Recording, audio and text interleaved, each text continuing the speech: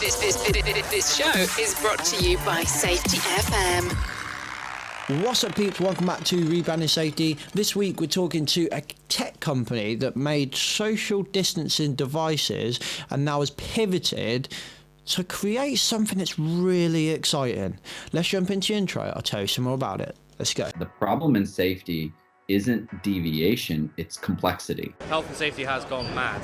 Health and safety is trying to unpick having gone mad in the past. There's no one solution and one problem. The problem is that we are looking for one solution. Does the structure of the team allow them to flourish? Feel safe enough to be uncomfortable. The environment defines our behaviours. People aren't the problem, they're the solution. Rebranding Safety, crushing the stereotype. Brought to you by Fluent. What's up, peeps? Welcome back to Rebranding Safety. Rebranding Safety is a YouTube channel and podcast doing exactly what it says on the tin. So if you're new here, hit subscribe, hit the bell, all of that stuff. My name's James McPherson. I'm from Fluent Limited, and Rebranding Safety is our purpose as a company. So thank you very much for joining us on this journey. It's lovely to have you with us. Today we're talking to a gentleman called Ronan Finnegan. He created a device to help us all socially distant, a nudge for social distancing, so to speak. But then all of a sudden, that became something that's not really needed.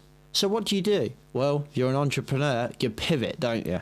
And he did. And it's really interesting to see what they're doing. So we get him on to talk all about what he's doing. And I'm mega excited to watch what he and the team at Spacebands can do. So let's jump into our conversation with Ronan. Welcome to the podcast, mate.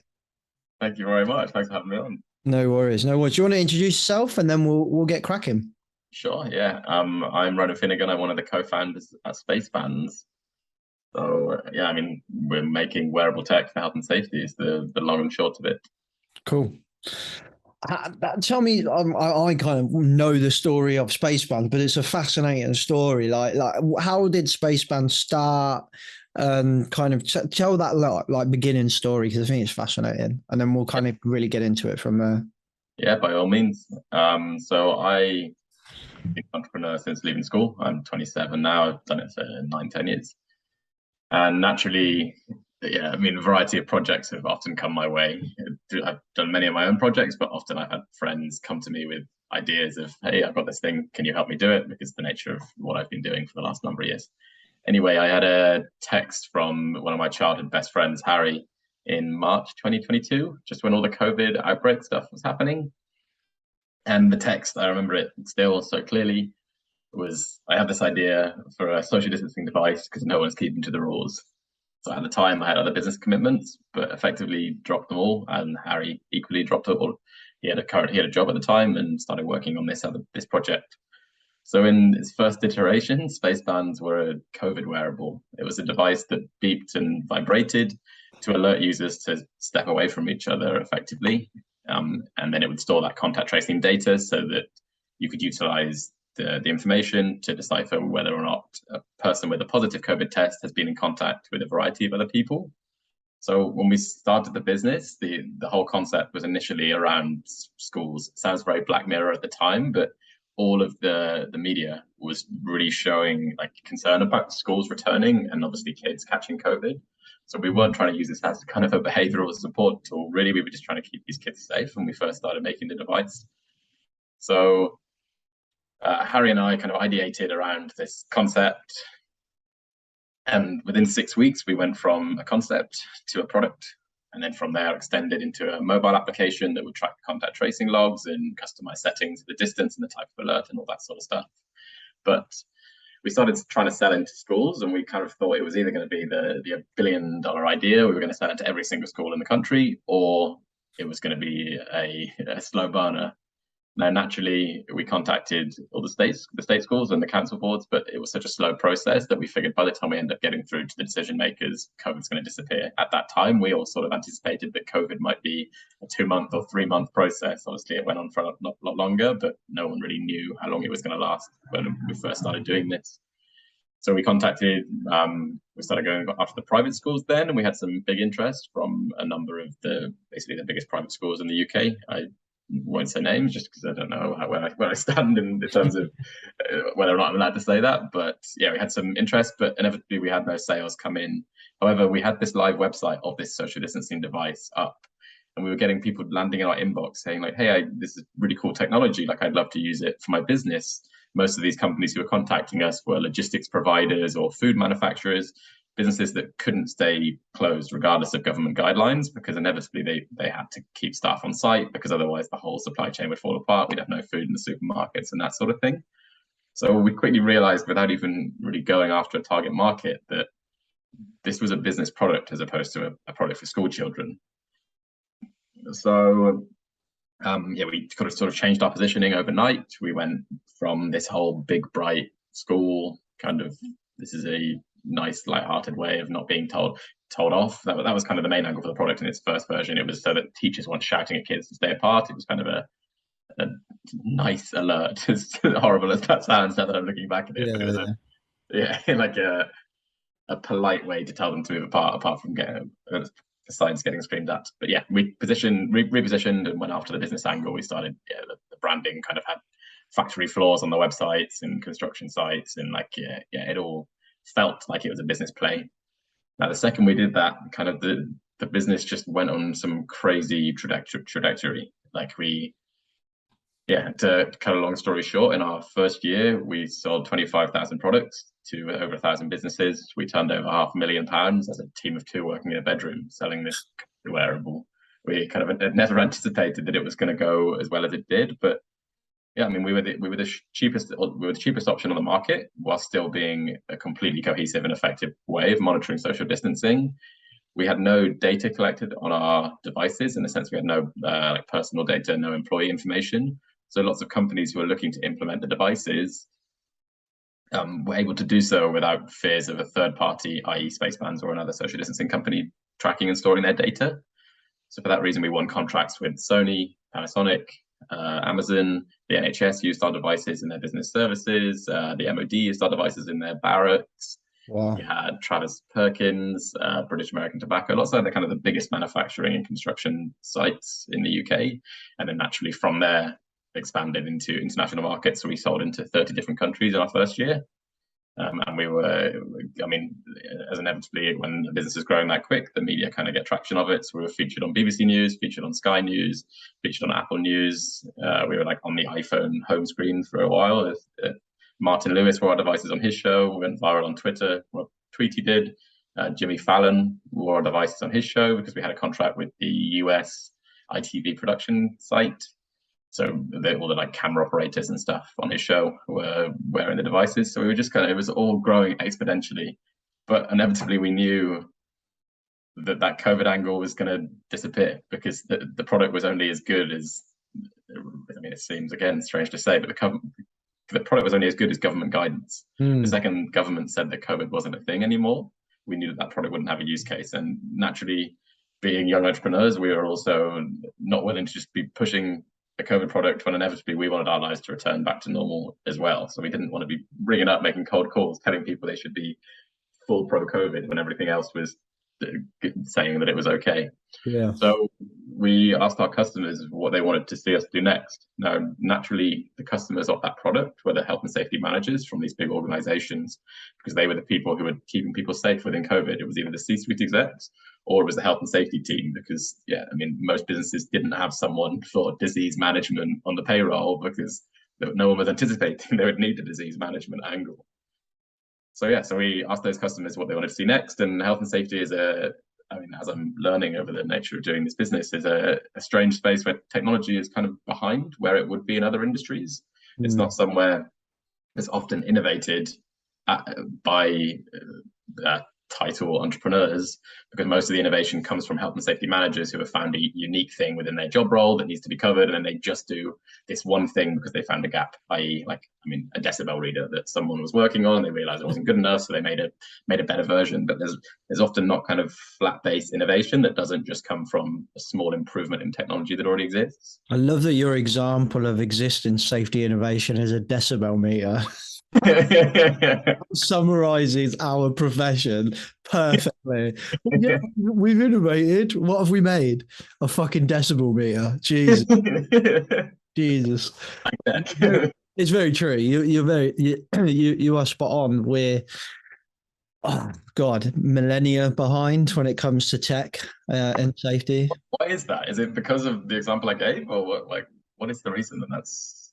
I think there's a lot of reasons. I think one is arrogance. I think we think we're doing really well. I think there's a refusal to accept that we're not doing as well as what we think we are, particularly in countries like the UK. There's a lot of, I said there's a lot of debate. There's not a lot of debate. There's nowhere near enough debate. But like, if you look at our performance, health wise, we're terrible. Like, so many people are still really poorly as a result of work, and new people getting more and more poorly every day. And we're still killing on average like 130 people a year in the UK. It's like, I have noticed that we've been looking at fatality rates more, but as it seems recently in the UK, as such a developed country, the UK is it's not doing great. yeah, I think in the Europe, we're like, last I looked, which was a long time ago, like fifth, something like that. But still like fifth least. So you got the least, and then we kill like. Still think with the nature of how progressive UK society has been with technology and just with general practices. Yeah. There's other countries that just by its complete stereotype you'd expect weren't following the rules so much, where it's like, I mean, a lot of, I would anticipate that UK workers kind of follow rules, but then it seems to be the opposite when you look at the stats. Well, ultimately, I think part of what you've said there is also part of the problem, is that we think that safety is as simple as just getting people to follow some rules, but like it's phenomenally complex. Getting companies to make risk-based decisions and not go health and safety mad, but then also not go nowhere near safety. It's like there's this dynamic space that you've got to bounce and balance all the time, and then a lot of people just thinking that it's just a load of paperwork. There's so much going on here, and then the safety profession just sitting quite pretty on their ivory tower. I'm conscious I'm slagging off my entire audience, but like most of them will be nodding their head and agreeing. We very much sat on an ivory tower for a long time, saying we're amazing, we're really good. The UK led the legislation for around the world in 1974. We were like one of the best, and it still is one of the best legislations in the world. And I think we just sat there and thought, yeah, we're kind of arrogantly, we're cool. And then when we go, oh, another 130 people have died this year, or we go, oh, that's just the bad companies that are not listening to us, and we can't control them because they're just really horrible people. And I just don't think that's good enough. So I don't think that we have pushed innovation ourselves. And typically it's supply and demand, right? If we were demanding we needed something, people like entrepreneurs like yourself would have gone, fucking hell, look, there's this group of safety people over here that are screaming for some help. We could come up with something. But we just weren't screaming for help, I don't think, because I don't think we thought we needed it. Then that often also because the profession is like, if you're asking for help as a health and safety manager, you're generally saying that you're not doing something right. So it like takes the ownership of you doing your job right. Yeah, and I think there's a big part of that. I think a lot of the time we positioned ourselves as the experts, which then bit us in the arse when we've gone, oh, we actually have reached the end of our expertise and we don't really know what to do now. Yeah, mate, my profession is complex, and we are having a bit of identity crisis, in my opinion, or we should be having an identity crisis. And I think tech is, I mean, even interesting. There's one guy, Cameron Stevens, who's based out of Australia, who is kind of like the big pusher for tech in safety on LinkedIn and so on. It might be worth connecting the two of you together to have a chat. Cameron Stevens, his name is. But he's like kind of trying to really, really push tech in safety and get more people talking about it. And he made such an interesting point when I was talking to him kind of off the podcast, when he said, I find it fascinating. You've got all these academics and thought leaders that are really pushing the new safety, like the innovative ways of doing safety. Yet none of these books have a chapter on technology. And I was like, do you know what? Shit, that's such a good point. Like, even now, of the people that we think are pushing safety in a better direction, we're still not talking about tech. Like, and tech is, for me, got to be one of the things that was going to really make a difference. We work quite closely with an AI company that utilizes AI tech with CCTV and helps gather loads of data to inform boards to make better decisions, basically. But previously, how AI had been used in a similar tech, or I might be mistalking here, but like it looks to me as a layman's point of view, a very similar technology, a different company that will use it, but used it only just to beat the worker and be like, meh, meh, meh, alarms going off, and just be like, you're standing in the wrong position, meh, meh, meh, or something like that. You're not wearing your high vis and stuff like that. Oh, we're missing a point here. Like AI can be so good at like analyzing shitloads of data that we can't see, that because we're not there or whatever, and do what AI is really good at, spotting trends and making predictions, which fills the gap of what we're doing. And that's why we worked really closely with this company, like, and we try to promote their stuff as best we can, because of the way that they're utilizing AI is to help us do better at our job.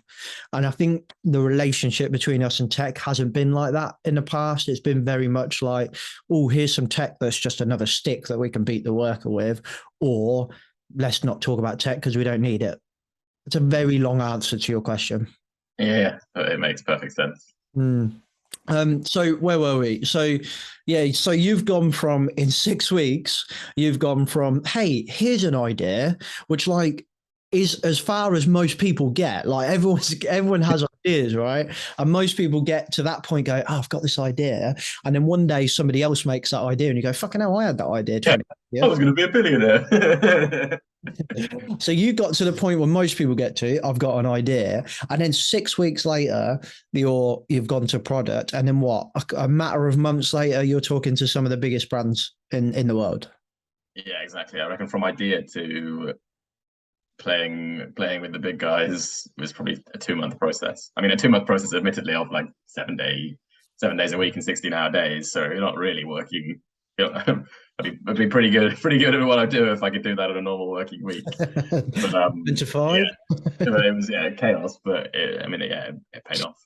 So we started building this social distancing product, sold the social distancing product, and then got to this pivotal point where we realized we were still admittedly making good sales at this point, but we knew that the risk of the business continuing was so dependent on government guidelines. And then even when we started selling into international markets, as the UK government were sort of turning off the COVID gates, so to speak, we were still finding the same obstacles, that like we'd start selling in a different country, and then you'd realize that after a number of months that country was sales were starting to tail off, and you kind of move, and then eventually you got to this point where we were like, well, there's no more sales. But all the same, we were having these conversations with customers in it would have been about September 2020, to be honest. It was about 6 months into the sales cycle of that social distancing product, so maybe 2 years ago, which makes me realize that I've slowed down at the speed at which I work. I went from 6 weeks to product to now 2 years later, I'm still building this concept. But yeah, so we asked those customers what they wanted to see us do next. Like 80-90% of those customers were health and safety managers, as they said. So they wanted something that would address health and safety. Now, we weren't too sure what that would really mean. Like, we looked at building PPE, we looked at making kind of infrastructure for construction sites or manufacturing sites, like lockers and that sort of thing, just because we had all these contacts in health and safety. But after ideating, we've arrived back at the fact that we were going to build a wearable. I mean, we did it well before. We managed to build a wearable on an app, and it all worked. So we thought, yeah, let's do the same thing again. The real differential that we found, however, in that research was that lots of safety technology isn't really, it's not an integrated system. You'll often address one thing or one aspect of safety, whether that's building occupancy or fire logging or decibel reading or machinery proximity or certification checks or whatever it might be. But they're all single feature pieces of technology that address just this one thing. And often it will be, if it's a big team of health and safety professionals within an organization, there'll be kind of one person with responsibility for each of those attributes. Yeah. So to a holistic view that kind of the team can operate together and assign data to individuals and that sort of thing. So to cut a long story short, we realized that we were going to build a wearable that would address multiple features as well as any other player on the market. Because I mean, inevitably, it's not heavy tech to create something that manages decibels. Like, of course, there is some technology behind it, but the real beauty in the data is when you can address if one hazard is more prevalent than another by seeing them on the same view, by seeing that although your decibel reading might look really high, the frequency of loud noise in your workplace might look really high. If you're comparing that against how often machines bash into people, and you put those two data points together, you can realize that actually you shouldn't be looking at the loud noise as your main concern. The real thing is the machine proximity, because every month that's going up by 5%, 10%. There's somewhere training's amiss or some employee who's skewing all the data and all that sort of stuff. So this new wearable that we're building is a multi-feature safety wearable. It will be worn by all employees within, for the most part, manufacturing construction, but I mean, we'll go after other markets, but we really have that as our focus at the beginning. It will alert for, there's about 15 different hazards on the device. It will tell the employee at the time, like, watch out, there's a forklift behind you, or put your PPE on, there's loud noise, or you're in the control room, have you got the certificate to be here, or you're stepping onto site, are you wearing your steel cap boots? Or, yeah, I mean, I could tell you through every single feature, but we'd be here for a little bit. So yeah, so what it does is it in real time alerts about hazard. And then we have a reporting dashboard that analyzes all these variety of hazards. It gives you data to say that trips and falls were up 10% yesterday. Is there an issue with your surfaces? Or it will tell you that there were 5 machine collisions. Like, do you need to address the mapping within your warehouse? Yeah. So it ends up being a data-led wearable for us is really the means of data collection, not data collection for spacebands. But spacebands as a company have no benefit kind of in that data. The data is completely put by the customer, but the fact that it can report all the data and you can view everything holistically means that you can make informed decisions rather than just kind of taking guesswork between individual pieces of technology. Love that. Love that. Make it clear that the use of computer vision is because that you want to learn about patterns of behaviour in parts of workplace to improve the work environment. Then you will not use it as a disciplinary tool unless there are exceptional circumstances. Consult employee reps. Give them a distraction of what CV will do, CV being computer vision, as well as reassuring them. They will have great ideas about how it can be used to protect people. They're just 2 of the rules in the white paper that PROTEX AI have done for building trust within the workplace when we're using computer vision AI. So computer vision is like the AI tech that goes onto your CCTV that PROTEX AI do. And one of the biggest issues that we've got is that we've just got a culture of where we think, not just as a company or I think everyone, a majority of people have a culture where you think you're only doing this to spy on me. And that's the problem when we've got predominantly a lot of these AI type data building type tech innovations, and that was one of the things that stood out when we spoke to PROTEX AI. We had quite a lot of these computer vision people come to us at Rebranding Safety being like, oh, can we talk about, talking to your audience and stuff like that. And one of the first things we would try and get out of them is like, how are you using this? And the second we got a hint of like, you're using it to punish the worker, we didn't want it. It was just being used as another stick to beat the worker. And the thing that stood out with PROTEX is that they didn't want that to happen. And they've kind of put this kind of whole ethos into a white paper, which is a great piece of information. It's free of charge. You can download it from the website. It's called AI's Role in Promoting a Proactive Safety Culture. All about kind of building that data and becoming more proactive. But one of the first things we need to do is increase trust. That's why I really liked their kind of list of rules essentially to build trust. Like, this is how we're going to use it, and this is that framework we're going to operate within. So you can find the link in the description below for that white paper. It's not massive. It's a relatively easy read. It's not horrendous like academic type paper. It's an easy read. It's broken down into nice chunks, and there's a lot of valuable information in there, along with a little bit of a bonus as a kind of little introduction into safety culture. So if you weren't sure as to where the word or phrase safety culture came from, it's in that paper as well. Go to the link in the description and download your paper now. I remember when like you messaged me, and I'll have some public accountability here.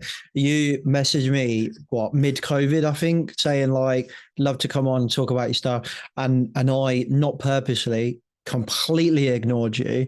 And then like, I think you messaged me like 2 years later or something, or I messaged you 2 years later, and we finally got around to having a conversation. I remember coming on the call, or just before the call, I said to my wife, who runs the company with us, and she's like, who are you talking to now? And I was like, oh, it's this guy that made this like COVID tech, and it was really cool, but like COVID's like so last year.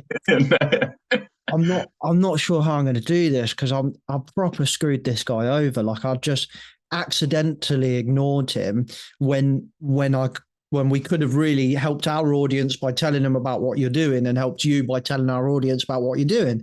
And I proper screwed this guy over. So I owe him an apology.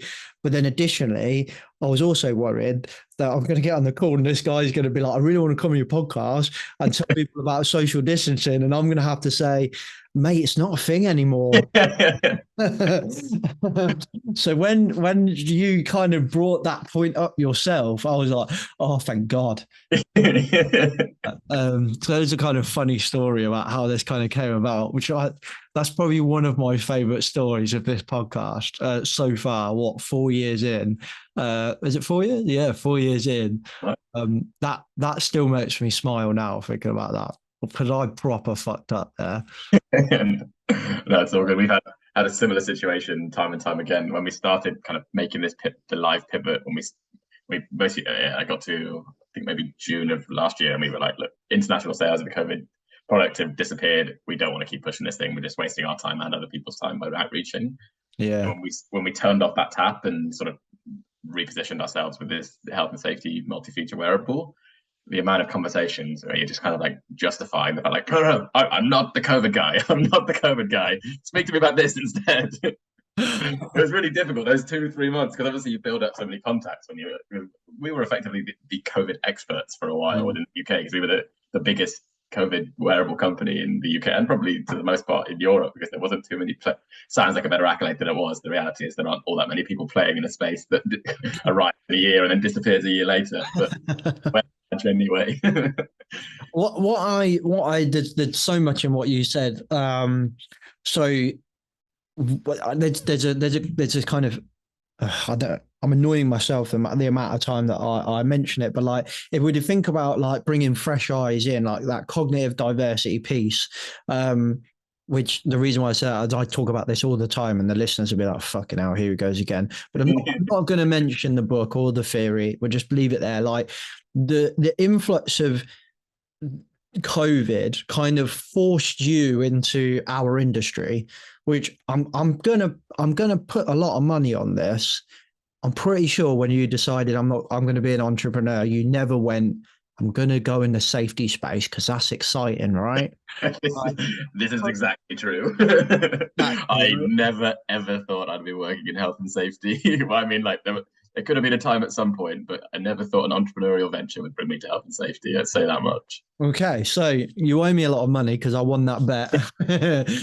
So yeah, what I love about this, really fascinating, is that you'd never set out to work in this industry, and we weren't screaming for, or the majority of us weren't screaming for, people who are not safety professionals to come over. So we're solely reliant on somebody spotting a gap, which we've kind of covered up and tried to not tell anyone there is a gap there.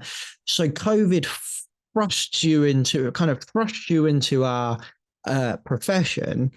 which brings that fresh eyes in, which you'd spotted something which has frustrated me for so many years, and you hit the nail on the head. You probably noticed me nodding my head like mad. Is we've got so much tech; it's all for individual problems. So, like, right, I want to speed up my auditing process. Here's a software for it. Okay, cool. I've got a problem with X hazard. Here's some tech for it. I've got a problem with X hazard. Here's some tech for it. Like, no, fuck me. Like, as a safety professional, I'd be in a company with like 20 different pieces of software, God knows how many bits of tools and kits, like, just to be able to freaking do what I need to do.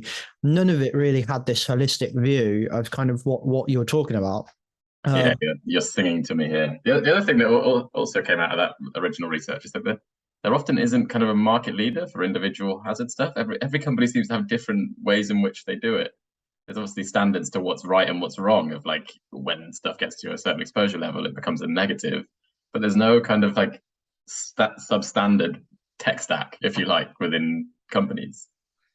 How they achieve the solution in a way. There's no they'll use a different auditing software, or they use different lone worker alarms, or they use different. Yeah. So like when you move, it must be frustrating as a health and safety manager when you move between jobs and you get there, you're like, oh, wait a second, I've never used any of this stuff before. Yeah. And that's like our whole profession. Like, you would literally go into one company and be like, oh no, we don't use Notify, we use Safety Culture. Okay, fine. Or not, iAuditor or whatever it's called. Oh, we don't use iAuditor, we use Notify. Oh, okay, cool, fine. Back over to Notify we go. And then like a load of my customers have the same with like procurement style, safety and procurement skills. Oh, we don't use CHADS, we use SMAS. Well, they're both the same. No, we only accept SMAS. Fuck me. Right, okay. That is our entire industry. And do you know what? Everyone prefers, right? Like, I'm a Microsoft and an Android user. I'm not an Apple user. Okay, cool. That's fine. But like, I wouldn't employ someone and be like, you must fucking use Android. You're not using Apple. Do you know what I mean? But in safety, we seem to do that. We're like, I don't give a shit what you like. You do what we do. And yeah, you've hit the nail on the head there. And then they're all slightly different. So they're all trying to come up with their USP, but it's not. And again, I've mentioned a lot of companies there which are doing a lot of awesome work. Notify is doing some great work. Safety Culture, who have iAuditor, are doing some great work. So I'm not used when I say. When I say their USB is not enough, I'm not talking about those companies, but like as a collective, as a customer, it's like you've all got your USP, but it's very slight because you're all doing the same thing. So lone working is a prime example. There are a phenomenal amount of companies that will ring us and be like, "Oh, we've got this lone worker app." I'm like, okay, cool. What's different? Or ours, we find our device is more ergonomic than somebody else's device, and I'm just like, well, okay, but that's not really my big problem. So yeah, you've hit the nail on the head. That is very much a kind of challenge here. But there's another thing that you say that what you're doing, which I really like. So there's the data thing which I want to come to. I'll pause that for 1 second. One of the big problems in kind of like the human behavioral side of safety is people will do the right. I'm kind of careful. I want to word this right. People will make more safety conscious decisions when the safety professional or the supervisor or the boss is standing there right next to them, for example, right? And more often than not, safety, as contrary to popular belief, safety is not and should not be the top priority of an organization. Nothing really should be the top priority. It's dynamic, right? So I don't want to go down a rabbit hole, but what I really like about when you were talking about kind of how you've repurposed and restructured and kind of retargeted your product, and when you said we went and spoke to safety professionals, I was like, oh fuck, this isn't going to be good. How much faith I have in my profession, but it's really nice that actually what you've got is something that I think we really struggle with, is nudging people. So if you can take like nudge theory of just giving people a little prompt or a little reminder at that point in which they're interacting with the hazard is really good, because all we had previously was signage. That's all we had, like a little sticker. Signage is good, as we've found with the contact tracing, social distancing element. It's good for a month, and then people are just like, oh, nice painting on the wall.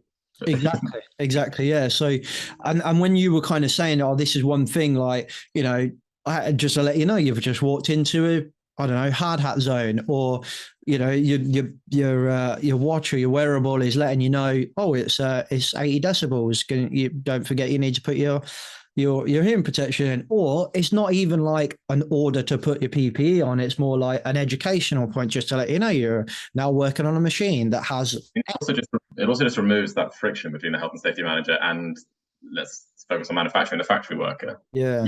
Boss is telling you every single time, like, hey, put your hard hat on. There's going to be friction there. No matter how friendly you are, it's just like, oh, who's this guy? Why is he telling me to put it on again? Like, I've worked here for 40 years.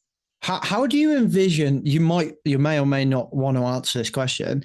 When I work and have worked in some of my customers are working in environments where there's just hazards fucking everywhere, like just everywhere. They're in such dynamic environments and risky environments that, like, the watch should be kind of going vood. Do you know what I mean? Like, how are you planning on dealing with environments when there is just hazards everywhere, and stop that the notifications becoming too much that people just switch off from it? You know, like you say about signage, like signage become such a thing that we've just put it everywhere that no one listens to it. How have you thought of that, about balancing?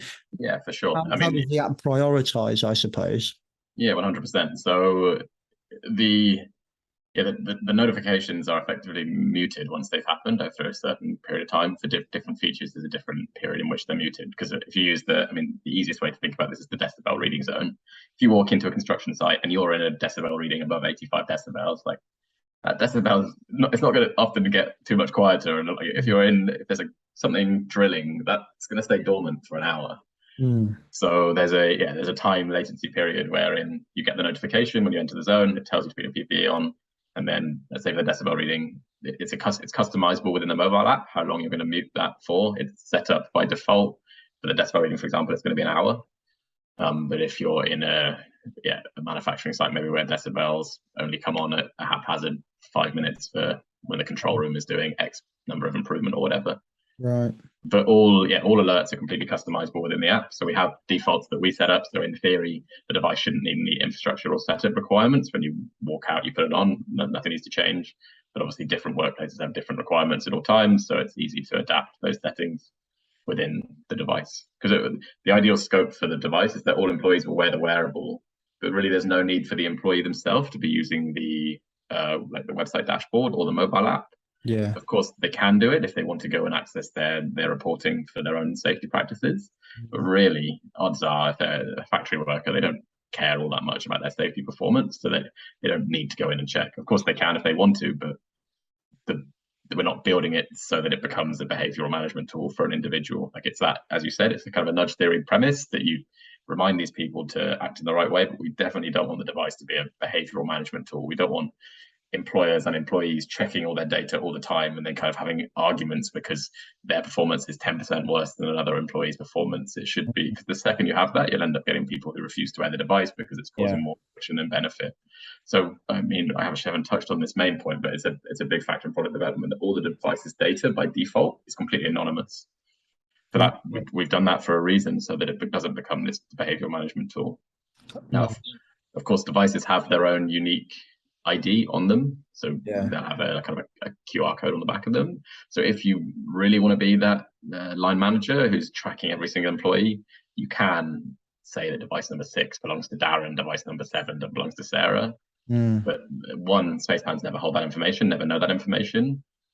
But 2, what's stopping Darren and Sarah swapping their devices when they go on charge? So. I like that. One of the questions if I like a bit, so for example, that AI tech I spoke about, like, one of the things that if we get a company like PROTEX, who we kind of partnered with on the podcast, like, they one of the first things we asked them was like, how do you want this to be used? And they said very similar to what you've just said. Like, and Dan, who we initially spoke to, was like, I don't want this to be used as like as a stick just to whip people. Like, it's not a behavioural management tool.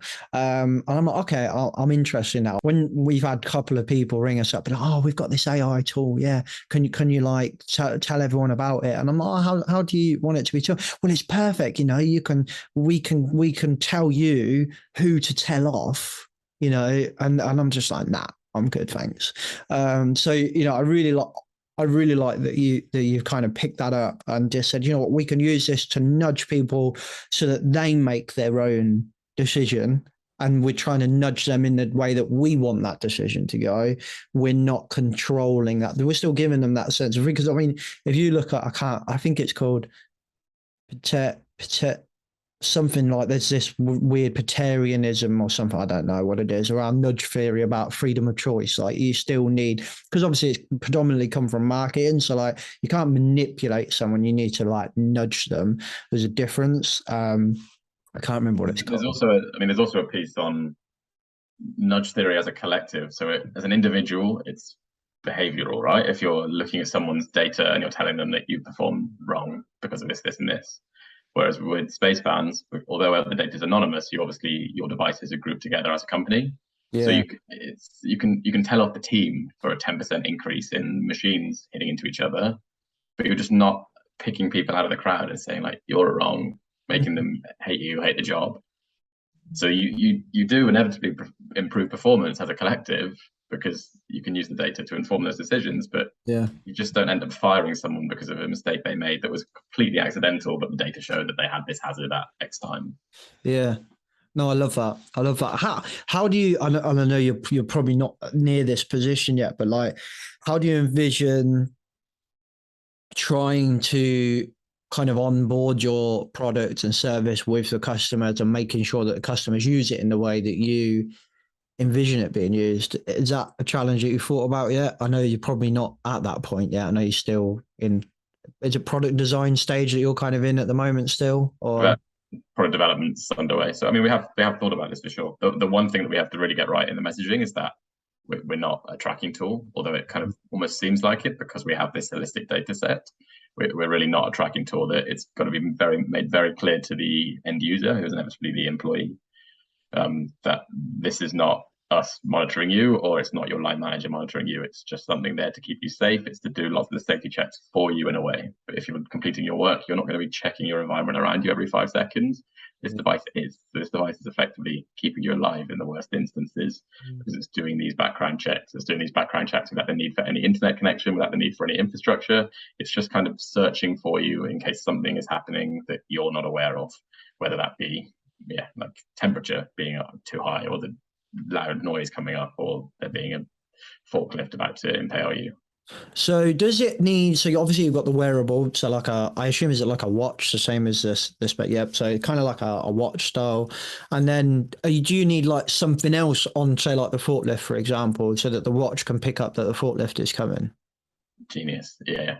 So there's a guy, shouldn't I should be so there's a thing, we call it a beacon. So you put a beacon on all your vehicles. That could be a forklift, could be a digger, could be a robot doing the picking and packing for you in a warehouse. You also put a beacon on the entry points for the dangerous areas. So for example, if you need a zone where you need a certain certificate to enter the control room, or you need whatever, you want to track your exposure in a certain part of a warehouse, if there's gas or certain materials in there, you put these beacons at various points, and then for that we can track the location, because the device itself doesn't have any GPS on it.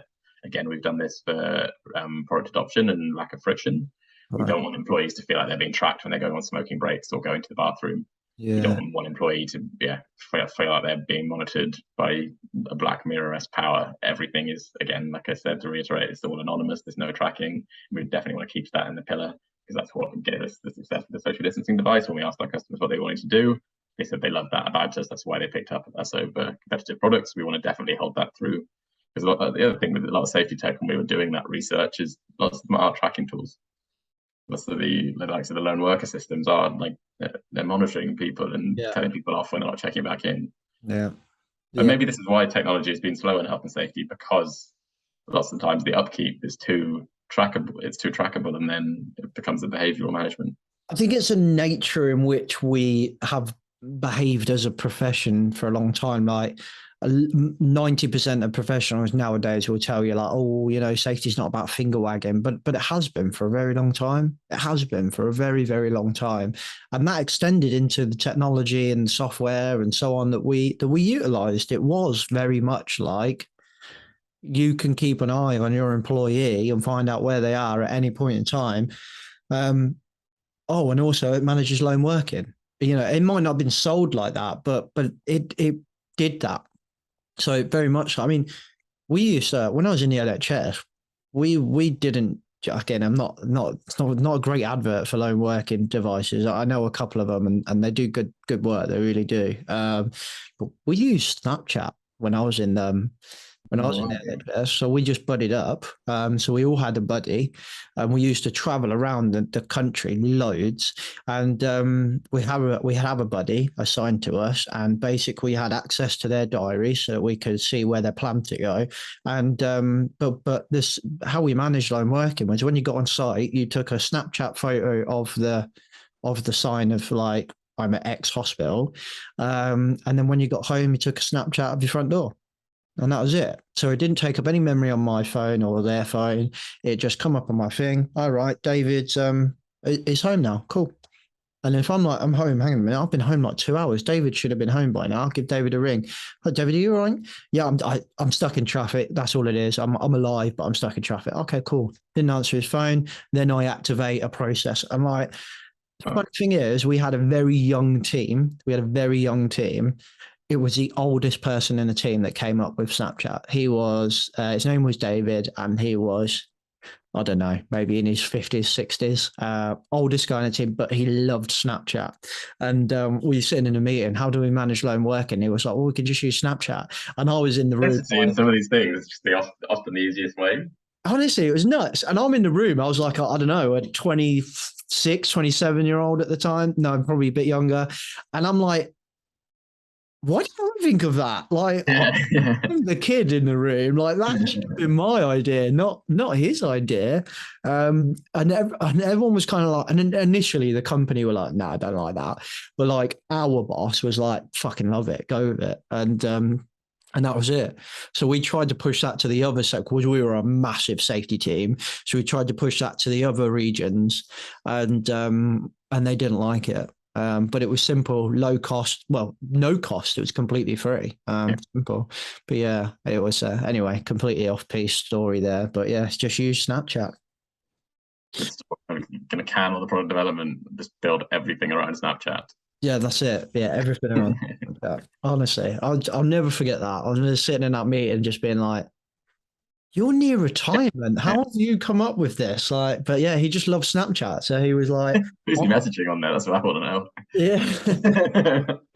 Yeah. He just used to take photos of like his dinner and send it to the team and be like, hey, this is what I'm having for dinner. And then one day he was like, oh, we could use this for lone working. I was like, genius, absolute genius. But yeah, no, I really like that. So, and the next part of it, which I think is a really important part, is that data gathering piece, isn't it? So what kind of data so basically, I mean, how I'm looking at this is that I can now see, I got an employee base of, I don't know, 100 people over a factory or two factories. I can now see how many times people are interacting with a forklift, how many times people are interacting with this hazard or that hazard. I can literally see the interactions between human and hazard in a way, kind of dynamically. Yeah, very dynamically. So like the safety features we're tracking, at least within the first iteration. We have a few more in the pipeline, but yeah, within the first iteration are going to be machine and person collision. That could be, like I said, a forklift, could be a car, could be a robot, could be whatever. Yeah. Access zones. So the likes of walking into a control room, or the likes of standing in an exposure limit gas chamber or whatever it might be. Lone working. PPE prompts for certain areas. The first example being wear your steel cap boots when you walk on site on a construction site. building occupancy logs, so we can track exit and entry to building. Obviously, because the device has proximity, you can see if someone leaves an exit zone, therefore the building has one less person in it. And the benefit of that in the likes of a fire roll call, you can say like, oh, we've got 200 people in the building right now. You're doing the roll call? Oh, we've got 200 people there. Cool, we've got it for now. But there's no real technology that can monitor that in the same kind of, and without tapping an old school RFID card. Can I pause you on that one? I got a question on that one because fire is like a big area for us, and evacuation and roll call is a freaking pain in the ass. Like the majority of people do it shit, and the majority of people hate when I tell them the roll call is a horrendous way to manage it. Because what if Bob's just popped out for lunch, and you forgot Bob popped out for lunch, which is very easy. Where's Bob? Where's Bob? That's right. Did he go out for lunch? I don't know. Did he? Isn't he on holiday? I thought he was he just got back. I got the fix for that. Yeah, and you're like, is he here? So my question would be that you kind of fix that.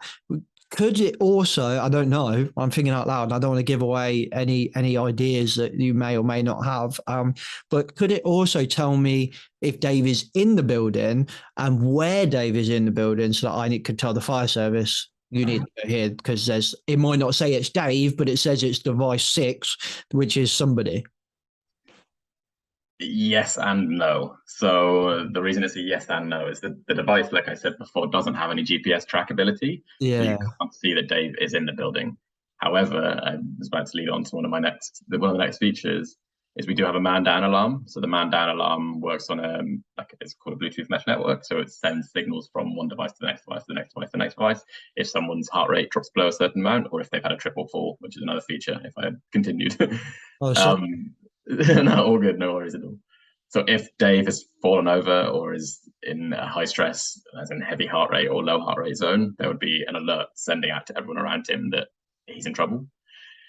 In the case of the fire call, let's say Dave hasn't been found, he's in the back of a room on fire, and everyone within 50 meter, 100 meter proximity has disappeared. In this instance, yeah, the technology wouldn't stand fit because it doesn't have a location tracking tool. But you would be able to see that Dave, you would be able to see that the device is still in the building. Admittedly, you wouldn't be able to see where it was. So yeah, there are flaws to that, of course. But then it's that fine line between, then it becomes a tracking device, doesn't it? Exactly. Which you don't want. So yeah, it is. It's more important for us to not have it as a tracking device than this one instance where it might be needed. Admittedly, this is probably the worst case for the product because yeah, that would be a fatality. But yeah, you can try and move all the whistles, but every now and again something gets missed. Yeah, and that's that kind of balancing. Like, if you add that in to solve, and really that's not a problem because I think you can tell if they're working that day. So you'd be able to deal with it from the roll call point of view.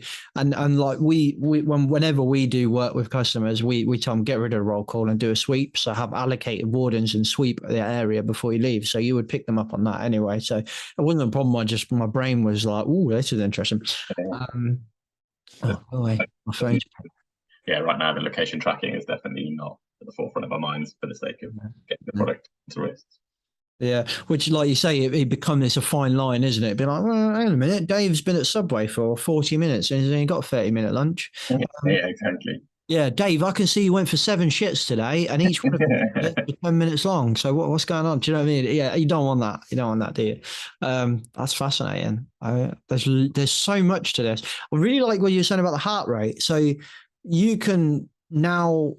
Yeah. So this is I've still got the heart rate is I mean I'm kind of yo-yoing back and forth between my chain of thought, but the heart rate is a means for us to monitor stress, so we can monitor stress versus hazards. And by that you can see if decreased in before you can see one ambient stress rate within a workplace, not judged upon productivity but judged upon safety. So if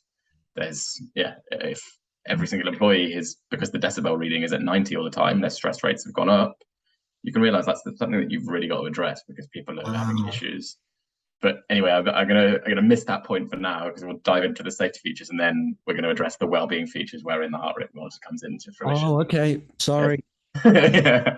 It's so easy when you're doing a multi-feature device to just like, this isn't the first time I had a similar situation. We said earlier, we said earlier, safety is not used to this, right? We're used to very singular one problem's one solution, not multifaceted. Yeah. What is this heavy tech stuff? But yeah, so past the building occupancy logs, we're also monitoring decibel reading, as I mentioned many times. Both decibel reading and loan working are probably going to be the lead features for this device. It was something that within our core research, people kind of uncovered as their most prevalent safety issue, it seemed. Past that, we have house checks, so hand-down vibration. The device has an accelerometer in it, so we'll obviously be able to monitor if your wrist is shaking for 5 minutes, 10 minutes. It will monitor your exposure limit over time. It will monitor how often that's happened every week. For the most part, people who are using devices that need house checks, I reckon like 50% of them probably aren't wearing the devices because they've got to go and get the house check, and then they've got to go and do this task that's going to take them 2 minutes. If you have a wearable device that's monitoring everything else anyway, you can track so much more exposure within that singular use case. And then the other two safety features that we're leading with are the temperature checks for both personnel and environmental. So that's ambient temperature, as in like your standard resting temperature, versus the temperature fluctuation. So you could be working in a freezer warehouse. If you're exposed to cold for a number of time, it's obviously a bad thing. Similarly, hot temperatures, you're working in Oman on a building site. If you're at 40-degree temperature on your personal, like, you're obviously in some trouble. And then the beacons will also monitor ambient environmental checks. So you can then see if personal data is aligning with inside and outside using beacons.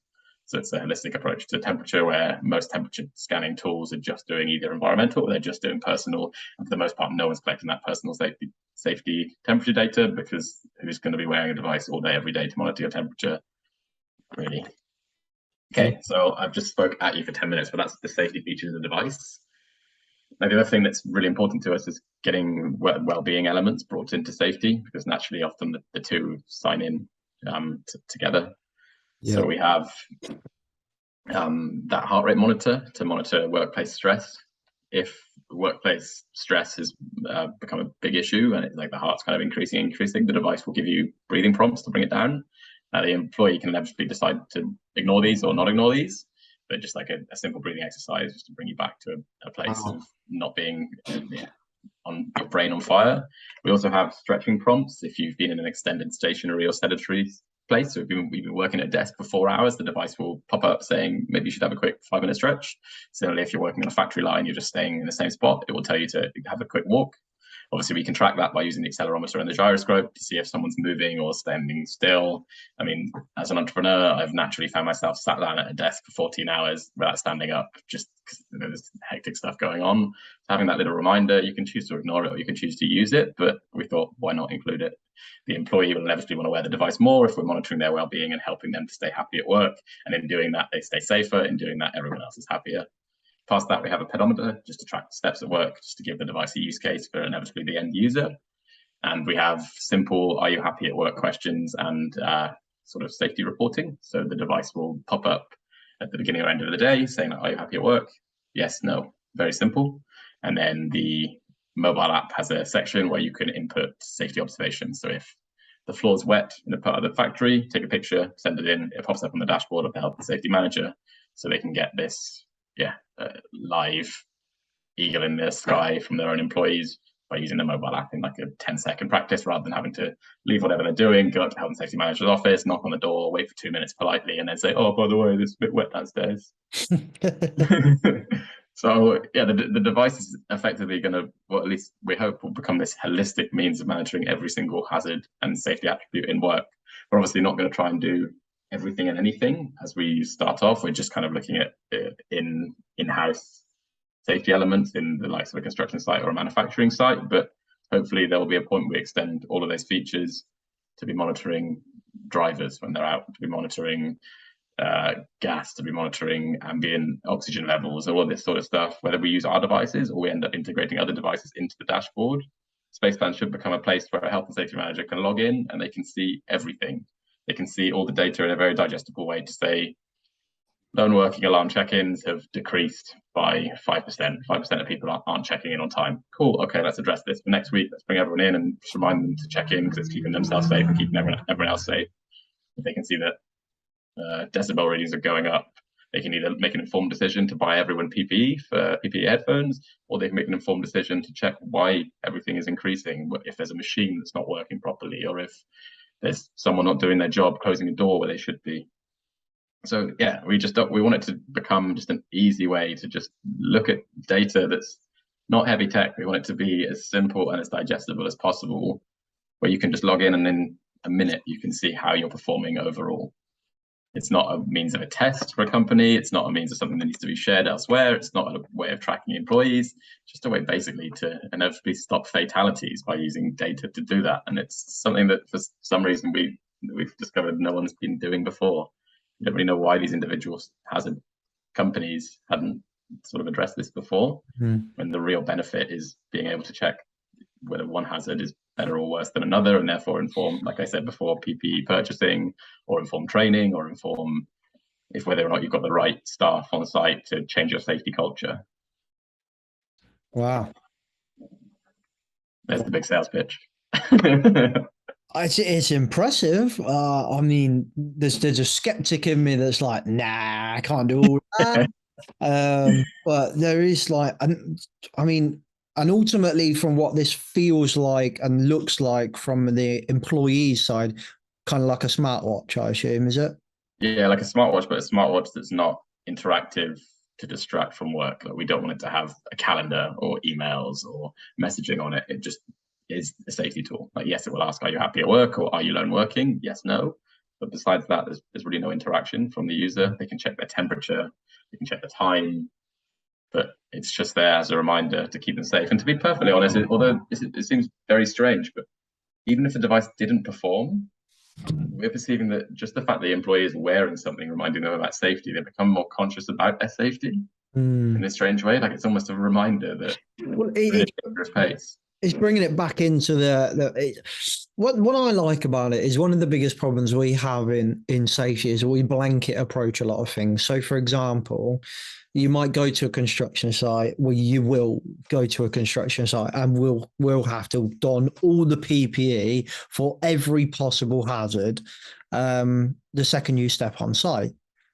You know, so, okay, cool. And then we've worked with roofers in the past that are working on the roof, and they're like, why am I wearing a hard hat? Like, there's literally nothing above me other than a bird, so potentially bird shit, and that's about it. So, like, even though I did have a bird crap on my car the other day, and Jesus Christ, I thought it cracked the windscreen. It was huge, and it just went slap, and I was like, oh my God. But yeah, anyway. It was like, it gives for me, it gives the company, the professional potential to be able to focus their mitigations and their risk management tools to where it's applicable. So, for example, it could be like, right, we can tell, I don't know, but like, you can tell you're in X zone now. So you don't need to wear your hearing protection. And I know it's the other way around, but it enables us to be like, because we're nudging them when they go into the area where they need X, we don't have to blanket rule it for the whole site. So hearing protection is a good example. The reason why I kind of use that one as well is because the legislation, or at least the guidance, the ACOP is quite clear in it. It doesn't want you to, the HC don't want you to blanket rule it. So they don't want you to blanket rule it. They actually tell you to be very specific and targeted on the areas in which you need hearing protection. But every site will blanket rule it because it's easier to manage, because it's hard to nudge people to put the hearing protection on in that moment, in the right space at that time, just by that machine or by this X or whatever. Instead of, it's much easier when they clock in, just get them to put the hearing protection on. Sure. And I think what this gives us the ability is that nudge. So giving us the ability to nudge them gives us less excuses to blanket rule, for me, which I think is a really good thing. Sure. And with the decibel rating specifically, we're even looking at like bringing PPE headphones that have a Bluetooth signal, so we can know whether or not the employee has them on or doesn't have them on. Right. Yeah. Nice.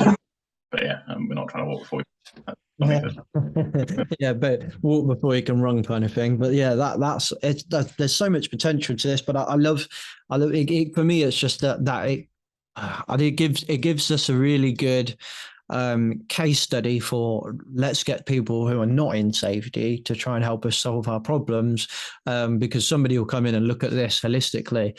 To your point, like you're coming up with several singular solutions. Why not have one solution for everything? But it does blow my mind that a little watch on your wrist can do that much stuff. That's when I explain it, it seems like it's very heavy tech, but it's really not. Like if you break down the features and think about them pragmatically, like a decibel reader is just a microphone. Yeah. Like a trip and fall alert is just an accelerometer and a device going, oh, we've fallen down, oh, we haven't picked back up. Like it's simple. It's just collating them together that's a little bit more complicated. But yeah, this is why we've been working on this for about 2 years and we're almost ready to launch it. Nice. Wow. So how do people, if people are like, oh my fucking God, get this in my factory, what timeline? I know you say like you're nearly ready to launch. Have you got like a target, we're going to be ready on X, or are you not near that yet? Yeah, no, we're near that. So we think we're going to launch the device in January of next year. Nice. So the best way to start those conversations is by reaching me by email, which is ronan@spacebands.com, or if you just visit the spacebands.com website. If you can't spell my name or forgotten what it was by the time I said it 10 seconds ago, just visit www.spacebands.com and there's a contact form on there and you can get in touch. Thank you, Steve. That was a joke because you said about But we're going to put your email address and the website in the description anyway, so that people can get that, mate. But I'm mega keen to see where this goes, and I will be telling people about it for sure. Thank you. Really, really interesting, mate. Thank you very much for what you're doing, and keen to see where it goes. But thank you for coming on. No worries. I'm equally keen to see where it goes.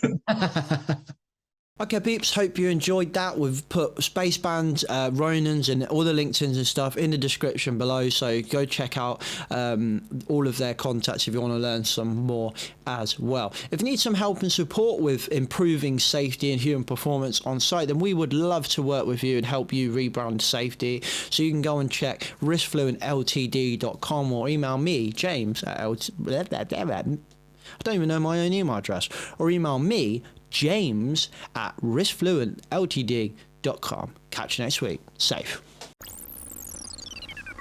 The views and opinions expressed in this podcast are those of the host and its guest and do not necessarily reflect the position of the companies. Examples of analysis discussed within this podcast are examples only based on limited and dated open source information and should not be utilised in real life as the only solution available. Assumptions made within this analysis are not reflective of the position of the companies. No part of this podcast may be reproduced, stored or transmitted in any form or by any means, mechanical, electronic or otherwise, without prior written permission from James McPherson.